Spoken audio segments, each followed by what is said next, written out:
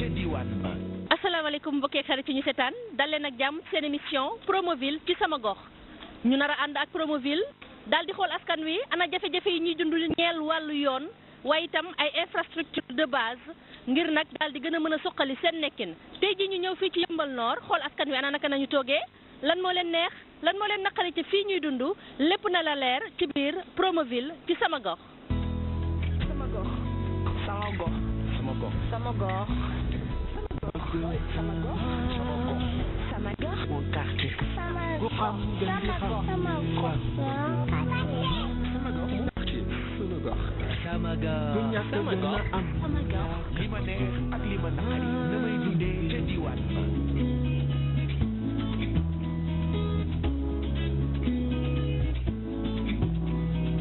yàgg naa sori am naa ñu sori fii la sori sori mu la dàq ñaaw su ma daan sori man fii la sori sori mu la dàq ñaaw lo dëkkee mu xeem ko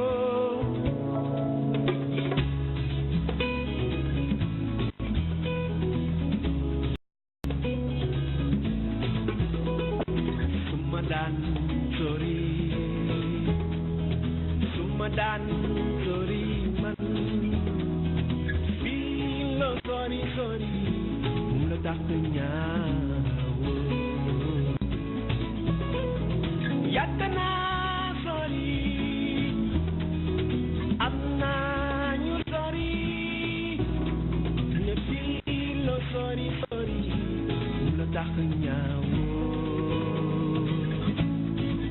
loo dëkkee xeem ko nga bàyyi yow sa ginnaaw loo dëkkee xeem ko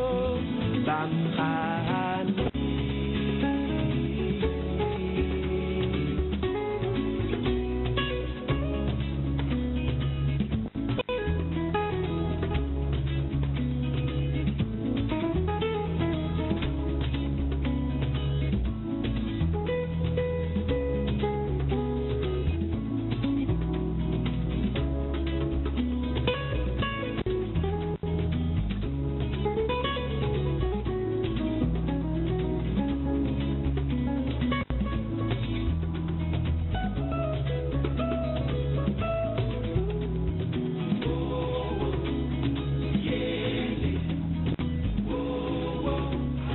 Yeumbeul tur yi ñu fi dëkkoon lépp def leen doon xaw a yomb ci yombal boobu ci la ñu jëlee turu Yeumbeul en 2017 bii passé fekkee naa ñoom ñuy feete centenaire u Yeumbeul en 2017 bii et Yeumbeul nekk na fief boo xam ne presque dignitaire lébu yi presque mooy fiefu dignitaire lébu yi ci biir Ndakaaru yëpp bokk na ci parce que grand dignitaire yi nga xam ne ñoo nekk grand sëriñ yëpp li ci ëpp doole Yeumbeul la ñu bàyyeekoo wala ñu dem toxu Ndakaaru falu mais fekk Yeumbeul la ñu bàyyeekoo avant beti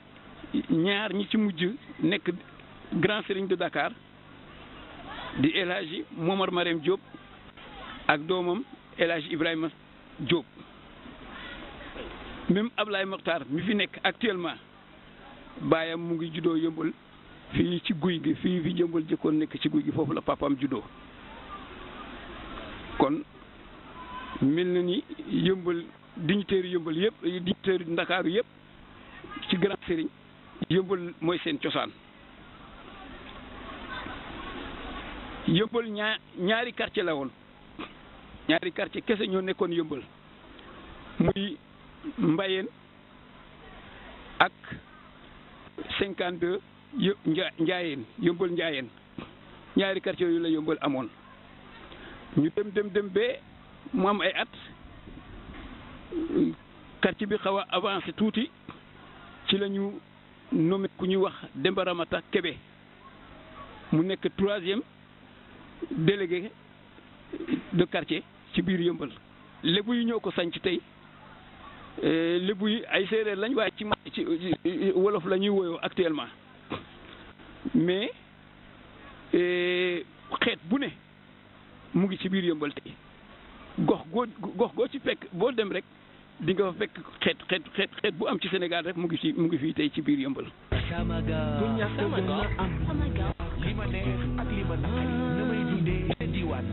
Promoville day programme boo xamante ne nii président de la République Macky Sall moo ko teg pour jël en compte soxla yi nga xam ne ñi dëkk ci dëkku taax yi am nañ ay soxla yi ñu am parce que dafa bëgg que Sénégal bi fépp fu mu nekk ci Sénégal mu yëg boppam ci li nguur gi di def looloo tax mu teg programme Promoville entre autres yeneen programme yu ñu def yu mel ni PUDC wala PUMA. Promoville ñu tënk ko ci ay yenn pàcc yi pàcc bu njëkk bi mooy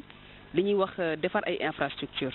ñu xool yenn dëkk yi nga xam ne yi mel ni Yëmbal Nord yi nga xamante ne nii dañoo màgg bu gaaw population yi installé wu te infrastructure yi matewut nit ñi mënuñoo dugg seen biir kër yi parce que tali yi amu fa yoo xam ne mën na leen permettre ñu am transport bu leen mën a yeggale seen kër yi am nañ problème mu insécurité ndax éclairage public amu fa am nañ aussi ay problème mu assainissement parce que am na ay inondation yu bëri yu am ci biir dëkk mel ni Yëmbal Nord ñu jël composante yooyu yëpp dugal ko ci li ñuy wax programme Promoville bi ñu koy def nag dañu xool ci am ay critères yu ñu choisir yoo xam te ne nii mooy permettre ñu choisir yenn dëkk yi nga xam te ne fa la programme bi di intervenir dëkk yooyu critères yi mën nañ jël comme critère bu njëkk taille démographique parce que Yëmbal dëkk bu mag la donc critère boobu permettre na ba ñu choisir Yëmbal Nord comme zone bu ñu war a intervenir ci programme bi critère boo xam ne tamit jël nañ ko comme critère mooy critère u déficit infrastructurel mooy dëkkuwaay yi ni mu ñàkkee ay infrastructure donc entre autres critères yooyu la ñu jël ba nga xam ne moo ñu permettre ñu choisir Yëmbal Nord mu bokk ci dëkk yi nga xam ne Promoville mi ngi fay intervenir donc sànq wax naa la composante principale bi nga xam ne moom la Promoville di def mooy ay tali yu muy def pour que population yi mën a dugg ci benn seen yegg ci seen kër yi muy ay lampes yu ñuy defar pour wàññi insécurité bi nga xam ne mi ngi ci biir dëkku taax yi muy aussi assainissement eau pluviale pour nga xam ne inondation yi mën a wàññeeku mais également ñu defar ay fiixlukaay ay aménagement paysager yoo xam ne dinañ ko defar ci biir dëkk yi nga xam ne dañ fay intervenir pour que population yi mën a am ay zones yoo xam ne dañ fa mën a épanouir.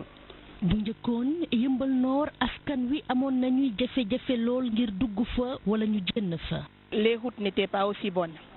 Yëmbal dafa enclavé pour que ñu génn il fallait que ñu xaar ba mu leer tuuti bu leeroon tamit suñu mësoon xaar ba mu leer il fallait que ñu tardé on venait souvent en retard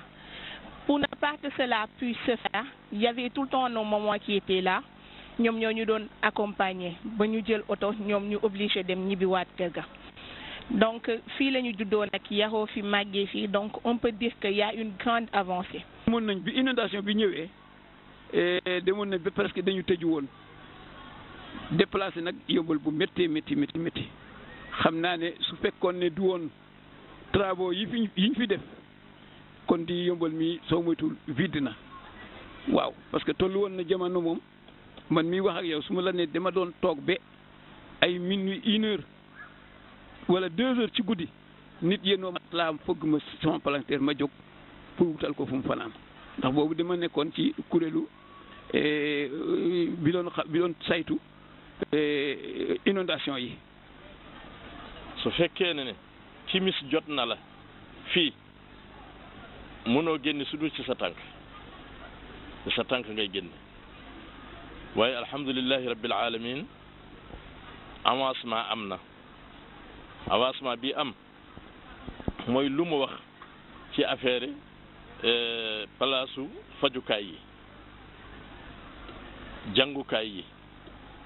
loolu yëpp alhamdulillahi rabbil alamin kooku moom avancé na. dama bokk ci ñi nga xamee ni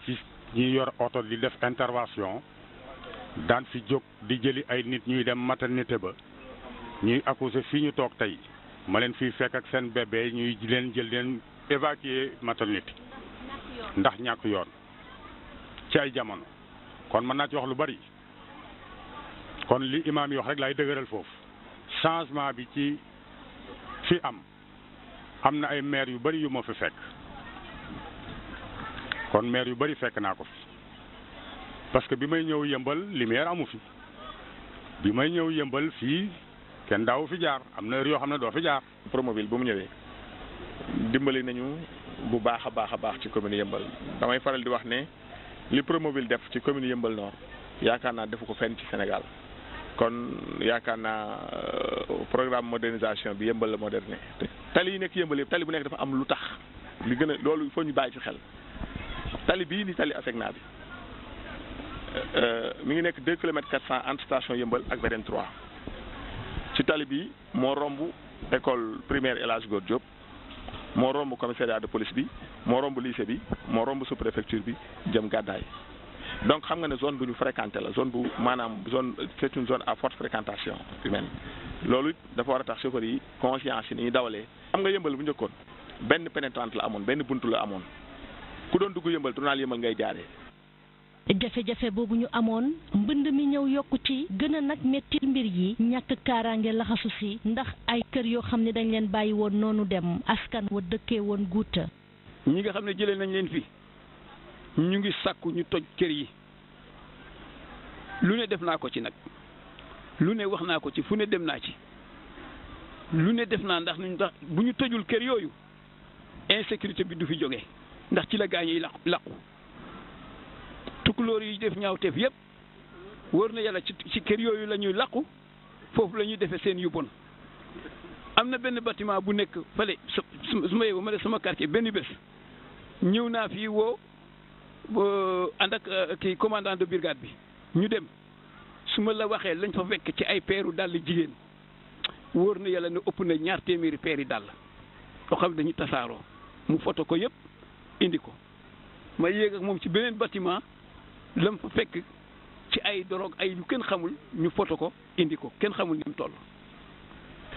kër yooyu noonu nga xamante ne tojuñu leen bu doon ndigalu mairie bi rek suba ñu toj yëpp waaye bu fekkente ne dafa amee kër yoo xamante ne nit dem naan damaa génn sama kër te jotuñu maa jox kër ngay bind di ñu war a xam kan lañ jox kër ak kan lañ joxul kër te ba tey jii amuloo ci une réponse claire da ngay am problème mu boole kër yi tam toj ko parce que aussi wax naa leen ne toj nañ kër pour def fa infrastructure bañ fi jógee seeni borom topp ñu ba léegi ñun tam ñuy topp ministère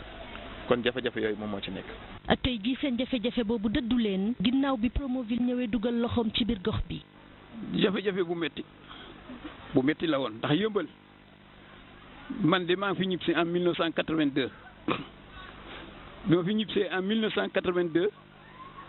jamono jooju fii ma dëkkoon timis bu xëyee jot boo gisatee oto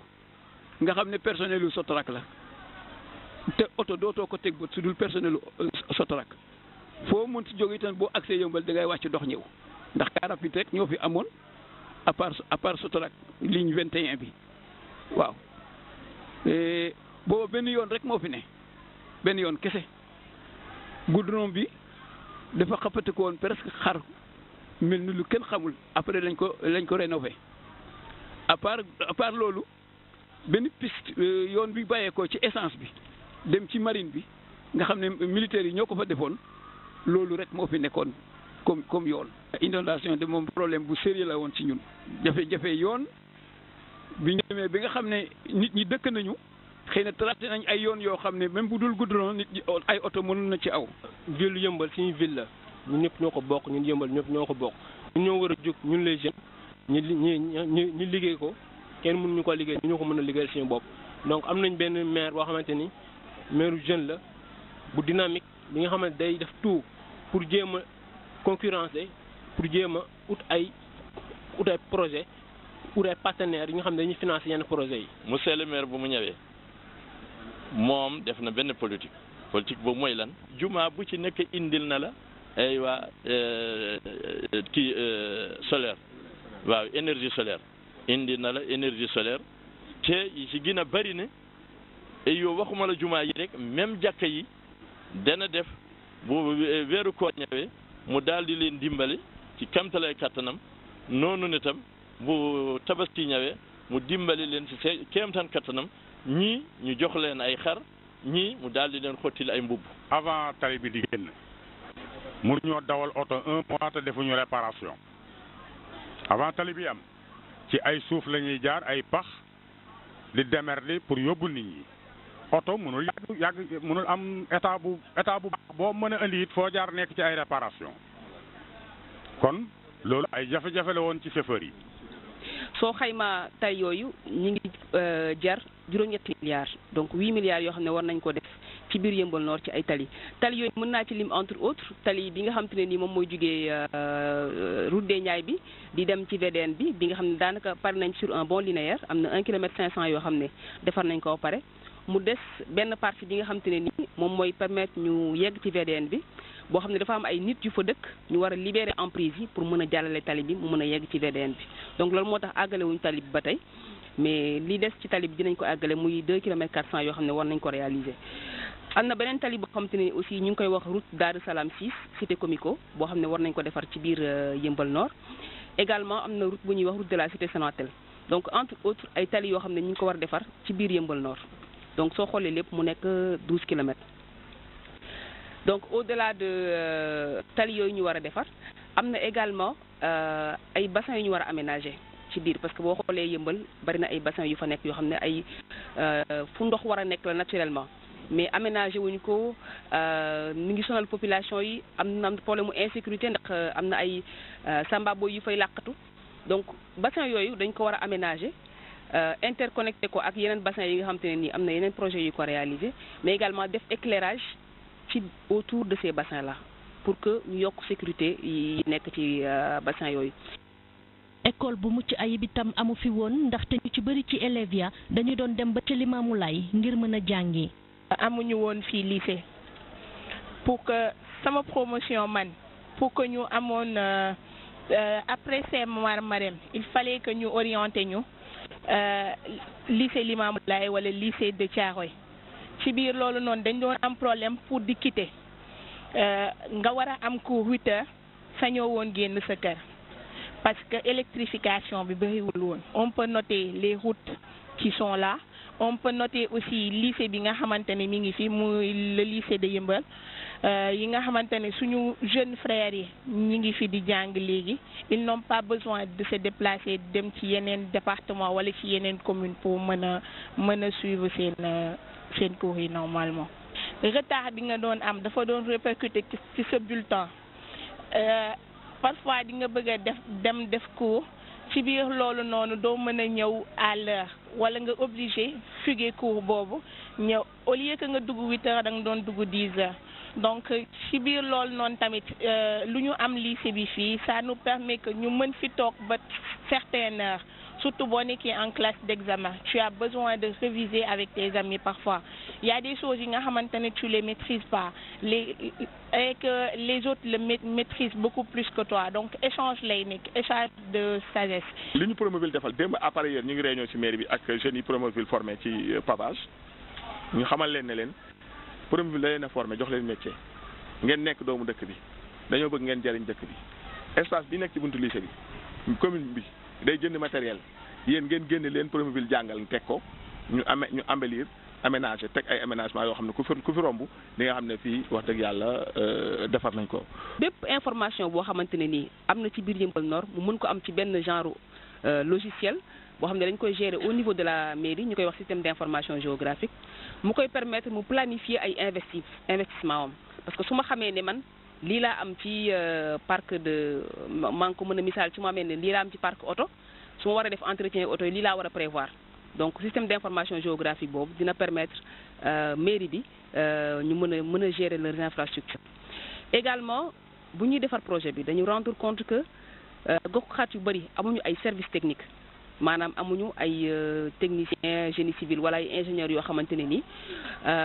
bu ñu defaree infrastructure yu mel nii. dinañ leen mën a accompagner ci entretien bi ak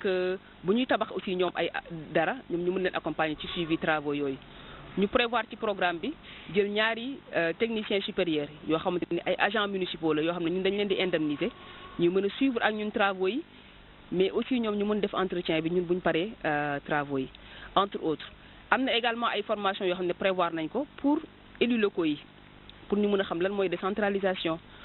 ñu mën a xam suñu bëggee yokk kafaka mairie bi fan lañu war a jaar pour mën a yokk kafaka mairie bi nan lañu war a gérer mairie bi donc yooyu aussi ay formation la xam ne prévoir nañ ko ci biir Promoville nga xam ne Yeumbeul Nord dina ci bénéficier wu voilà. waaw xanaa di sant ak di gërëm toujours rek ñi ñëpp ñëw teew fi ñi ngi waxtaan ak ñoom depuis départ projet bi te dinañ continuer waxtaan ak ñoom ba keroog projet bi di jeex ñuy ñaax rek municipalité yi ak population yi ne li leen defaral ñoom ñoo ko moom. proviseur lycée bi nag di jaajëfal bu baax Promoville ndaxte kat daal dina nag tax ba seen nekkin gën a mucc ayib. Promoville nag dañ koy sant parce que comme je l'ai dit tali bi bu jaar fii daf ñu régler problème boo xam ne li ñuy wax enclavement parce que lycée boobu fii suuf la woon oto yi duñ fi jaar donc da nga doon arrêté wu fële ci station bi dox pour aussi bien pour les élèves que pour le personnel moo doon tax souvent retard yi day bari. di remercier aussi monsieur le maire ci ñëwam fii ci lycée bi maire boo xam ne vraiment bàyyiwul loxoom ci lycée bi parce que ci côté personnel de charge bi affecté nañu personnel bu doy bokkul aussi il est toujours à la recherche de partenaires par rapport ak suñuy jafe-jafe ñoom fii aussi c'est très symbolique surtout ànd ak Promoville parce que Promoville am nay promesse yu ñu defoon loolu defe naa sama élèves yi ñu ngi fii dinañ ko wax par rapport ak jafe-jafe yi man lu may wax rek mooy di dëggal ñi wax fii parce que man je suis un produit de Yeumbeul. On a un lycée très propre, on a aussi un lycée qui fait d'excellents résultats grâce bien sûr au personnel enseignant, les professeurs, je veux dire, l'administration, le personnel de charge et l'appui aussi des autorités locales. Je veux parler du maire. ndongo yi ci seen bopp di sàkku nag ci Promoville googeek autorité yi ñu daal di leen nag dimbale ba lu jëm ci yenn infrastructure de base yoo xamante ni ñoom dinañ ko soxla ci biir école bi ñu defal leen ko. élèves yëpp dañuy rencontrer ay jafe-jafe ci lycée bi maintenant li ñuy xaar ci Promoville bëri na puisque dañ koy boole ci acte 3 de la décentralisation donc li ñuy xaar ci ñoom bëri na d'abord tali bi ñu defar arrangé nañu trop parce que dina permettre ñuy circuler rapidement. Mais leneen laa bëggoon pour ñu boole ko ci mooy doodaan yi parce que ça va permettre aux élèves ak les piétons de traverser librement sans que mu am ay accident ou bien ñu éviter accident yi maintenant à part ça aussi élèves bu ci nekk am nga ay besoins mais on va généraliser les besoins de chaque élève mu nekk un besoin commun maintenant au niveau de l'école laay wax parce que fii laay jàngee. Maintenant, bëggoon nañ par exemple benn cantine scolaire pour tous les élèves. C'est un peu difficile d'apprendre parce que de 8h à 17h ou bien de 8h à 18h ñoo ngi ci école bi di jàng. En terminale, c'est difficile parce que mënuñu fay yendu ci suba ba ngoon. Bon, li ñuy lekk c'est pas tellement bénéfique pour nous mais dañ koy def parce que amuñu solution. Donc bu ñu amoon cantine scolaire boobu dina arranger élèves yëpp.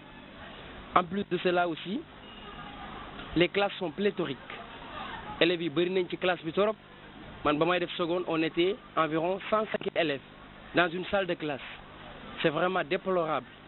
métti na torop ni ñuy jàngee mais n'empêche ñoo ngi joxe li ñu mën ñoo ngi liggéey ak suñu kéemtalaay kàttan pour jéem a tekki ëllëg bëgg nañ salle de classe yi daal ñu yokk ko yokk bâtiment yi yokk salle de classe yi wàññi nombre d'élèves dans les salles de classe bu ne buñ ci mënee am 50 élèves je pense que Sénégal dina bëri ay intellectuels à part loolu tamit bëgg nañ benn infirmerie pour les élèves mais aussi pour le personnel de l'administration parce que élève bu fiy jàngee am yenn feebar yu ko dal je pense que les premiers soins mën na ko jëlee file bu fekkee nag maladie bi dafa aggravé wu mën nañ ko transférer dans d'autres hôpitaux à part loolu aussi bëgg nañ benn plateforme multisportive c'est-à-dire ñu am benn plateforme boo xam ne mën nañ ci basket mën nañ ci volleyball mën nañ ci handball mën nañ ci def lépp loo xam ne c'est lié au sport comme ça va un peu élargir notre réflexion sur les études parce que on a dit études et sport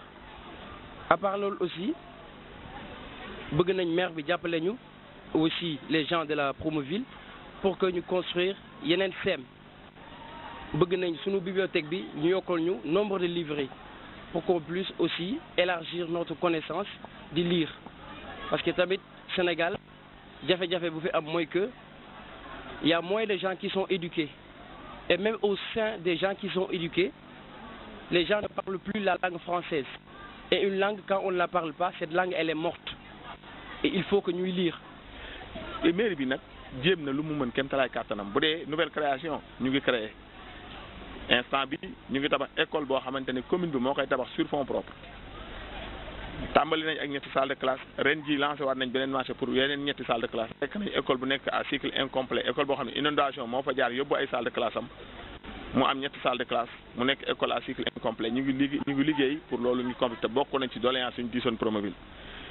lycée bi jafe-jafe yooyu waxoon nañ ko Promoville dig nañ ñu ànd nañu ñun xool nañ ko ba léegi aussi ñu ngi koy xaar ngir mën a saafara jafe-jafe boobu. lenn loo xam ni kat dawalkatu oto yi nag ñu ngi koy sàkku foofee itam ca Yeumbeul Nord moo di nag lu jëm ci wàllu parking ak itam ay espace public. Yeumbeul amul espace public mais bu guddi jotee oto yëpp ci tali bi ci trottoir bi la ñuy fanaan banc public yooyu man contre moo ko de mais bu ma sañoon ñu def ko ay parking payant maire bi géré ko oto bu nekk am fa numéro ñu def fay éclairage am na ay gardiens ñuy garder parking yi ñu embauché leen ñu jël leen fa sax leen fay ñu ne fa di garder muy rendement muy population boo xam ne bi nit ñi mën nañ ci liggéey. ñoom dawalkatu oto yi rawatina borom clando yi di ci rax dolli naan Promoville tax na ba ñu mën a liggéey seen liggéey ci anam yu mucc ayib ne tali ya baax nañu. Promoville li ñu ciy xaar rek mu gën a yokk comme ni ko mag ñi waxee léegi tout à l'heure maire bii fi nekk day gëm naa ne bu ñu ko jàppalee dana gën a yokk dana gën a baax te nit ñi danañ am facilité pour dem parce que wax ngeen ko léegi tout à l'heure fii ñu toog tey suñu doom yi dañ daan jóge fii di dem lycée Limamoulaye tey ñu ngi fii di jàng kooku sant yàlla la foo mën a dem aussi ci endroit yi am na lu fa nekk kon dañuy ñaan ngeen jàppale ki fi nekk am xalaat te mbooloo mi nekk ci ginnaawam ngeen jàppale ko ñu mën a jëm kanam. tey jii ndaw yu bëri ci bile gox daal dinañu am lijaasa ci ab formation ci wàllu technique gu pavage goo xamante ni Promoville defal na leen ko ba ku ci nekk di mën di daan sa doole di ñaq di jëriñoo. Promoville bi nu mu fi ñëwee moom c'est une bonne initiative encore dañ fiy ñëw pour dimbali yenn jeunes yi nga xamante ni amuñu yenn niveau de d'études yi pour ñu mën a am benn métier boo xamante ni dinañ mën a ëllëg gérer ay chantier gérer ay entreprise comme tey jii nii man fi ma jógee nii entretien laa fa demoon def donc c'est grâce à kii métier bi moo permettre pour ma mën a def entretien boobu c'est entreprise bi daf ñoo jël pour ñu pavé tali yi donc tali yi noonu boo amul métier bi amoo qualification doo ko mën def donc fa laa jóge moo tax mu ñëw fi ñu woo ma ñëw fii pour mën a représenter jeunes yi ñu fa nekk seulement ñu ngi fa def entretien. liñ fi liggéey ci ay infrastructure buñ ko xayma ñetti mairie yi aw yi jàll liggéey ñu 1/100 li mandat bu mujj bi def kon la waral loolu muy maire bi ñu fi ne di Daouda Ndiaye liggéey bi mu entamé ci biir Yeumbeul ñun li ñuy ñaan yàlla waxuñu na am deuxième mandat de ñun dañu ne na am ay mandat am na ay li ñuy wax ay aménagement connexe yoo xam ne war nañ ko réaliser donc aménagement connexe yooyu mën naa ci citer am na sànq élève bi yitte yu muy wax yoo xam ne ci biir lycée El Hadj Ibrahima Diop ma kontaan trop ci déglu élève bi wax sànq élève terminal la mais wax na lu am solo te xale la mais li mu wax waxu mag la voilà parce que waxam pertinent na te dem na ci essentiel bi donc proviseur bi wax aussi qualité wu enseignement yi ñuy def ci biir lycée El Hadj Ibrahima Diop ak produits yi ñuy génnee donc man honneur la plaisir la pour man mu ñëw def émission bi ci biir lycée bi donc ci lycée bi prévoir nañ def ay salle de classe ci biir projet bi ci li nga xam ne identifié woon nañ ko prévoir nañ fi aussi def fi benn plateforme multifonctionnelle parce que wax nañu ne ñu am nañ terrain boo xam ne ñu fi def sport mais amul yenn infrastructure yi pour ñu mën di jouer ay basket jouer handball ak yenn sport yi également prévoir nañ yenn école yoo xam ne war nañ fa yokk ay classe yu mel ni école am na benn bu nekk Daaru Salaam 6 boo xam ne war nañ fa def ay aménagement yokk ay salle de classe wala defar leen ay toilettes wala ñu defar mur de clôture damay rappeler ne yooyu ay connexe la maanaam ay mesures d'accompagnement la ñuy def ci projet bi parce que état aussi dafa organiser secteur bu nekk am koo xam ne moo fa war a intervenir donc am na yenn yoo xamante ne nii ay soxla la certes yoo xamante ne nii lycée bi ñu ngi koy jànkonteel mais dinañ liggéey ak peut-être ministère de l'éducation nationale pour xool nañ mën a jëlee en charge yooyu préoccupation yoo xamante ne nii élèves yi wax nañ ko. Au-delà de ça am na composante bu ñuy wax formation des jeunes au métier du BTP ñu jël téeméeri xale ak juróom-ñett yoo xamante ne nii formé nañ leen ci li ñuy wax pose pavage ci entretien routier formé leen ci éclairage nu ñuy defee entretien éclairage solaire nu ñuy defee plomberie nu ñuy defaree carrelage nu ñuy defee maçonnerie xale yooyu ñu bëgg bu formation bi pare parce que defar nañ leen formation bi ak centre sectoriel de formation au métier du BTP ba pare ñu jël leen ci ñun chantier yi ñuy exécuté am na ñoo xamante ni déjà maire bi mi ngi liggéey ak ñoom comme ni ko xale bi waxee sànq am na ñoo xamante ne entreprise bi liggéey ci Yeumbeul Nord def na ak ñoom ay entretien pour recruter leen mais également ci biir formation bi am na bu ñu war a def boo xamante ne dañ leen di former ci création wu GIE ak nu ñuy defee nu ñuy gérer petite et moyenne entreprise luñ ci jublu mooy xale yooyu bu ñu paree formation boobu au-delà de liggéey bi nga xam ne mën nañ ko def ci biir projet bi bu ñu paree ñu mën a demal seen bopp créer ay entreprise di mën a uti ay marché yoo xam ne dinañ ko mën def ak mairie yi dinañ ko mën def aussi ak yeneen structure yu état wala ay entreprise yoo xam ne dinañ mën liggéey ak ñoom. lenn loo xam ne nag askan wi gis nañ ni jamono ji mi ngi commencé yàqu moo di rek tali yu bees yooyu ñu fa def ñu gis ni gars yi ña ngay tàmbalee nag di ko occuper anarchiquement te lu ñu mel bu wéyee du baax ci gox bi. tali bi defar nañ ko mais am na yoo xam ne ñu ngi commencé am ci tali bi mooy encombrement bi borom atelier yi ñu ngi teg seen i bagage ci trottoir bi jaaykat yi ñu ngi teg seen i table mais loolu finalement point de départ la ñuy ñëwaat. loolu aussi il faut ñu xool comment gérer ça je pense que le maire déjà waxtaan na ci defe naa il est en train de prendre de très bonnes dispositions pour ça loolu encombrant bi day finalement day li taxoon ñu def tali bi pour désencombrer day encombrer parce que suñu defee tali rek ku nekk daan sama buntu kër mën naa yokk mbaa mën naa def sama table mbaa mën naa jël sama atelier ma yokk foofu finalement piéton bi ci tali bi lay dox di njëkkanteeg oto yi. aménagement connexe yi ñu ngi koy xaar. ñu ngi xaar aménagement connexe yi comme ni ñu ko waxee woon ñu ngi xaar ay place publique ñu ngi xaar aménagement yi ci biir école bi ñu ngi xaar lu ñu diggaale woon tamit ak ñoom au niveau de l'école Sotrac. ñu ngi leen di ñaan yal na leen yàlla yoo jàppale ndax képp ki nga xam ne ku bugg a xam ci réew mi ku bugg a xam jafe-jafe réew mi dafay jaar ci yéen mu daal di yëkkati kaddu bi ngeen tas ko ba zaman bi yëpp dégg ko ba adduna bi yëpp dégg ko yéen tamit yal na leen yàlla fay yal na leen yàlla jàppale fépp fi ngeen di jëm ci lu baax yal na leen yàlla yóbbu for loolu. mbokki xarit yi ñu seetaan mu doonoon kon seen émission Promoville ci sama gox ñëwoon nag xool askanu Yeumbeul Nord ni ñu toggee lépp leer nag ci explication yi nga xamante ni Promoville indi na ko ci mbëbët yi nga xamante ni am na ko ci gox bi waaye itam réalisation yi nga xamante ni jot na ko fee def Sen TV di leen jaajëfal bu baax di jaajëfal El Hadj Diène ci wàllu caméra bi niki noonu rek Ousin ci wàllu logistique bi ak Mame Diarra ci réalisation bi Sen TV di leen dig daje ci beneen gox demal ci xool askan wa nañu toggee la leen neex ak la leen naqari ca fa ñuy dund. Sama gox. Sama gox. Sama gox. Sama gox. Sama gox. Sama gox. Sama gox. Mon quartier. Sama gox. Sama gox. Sama gox. Mon quartier. Sama gox. Sama gox.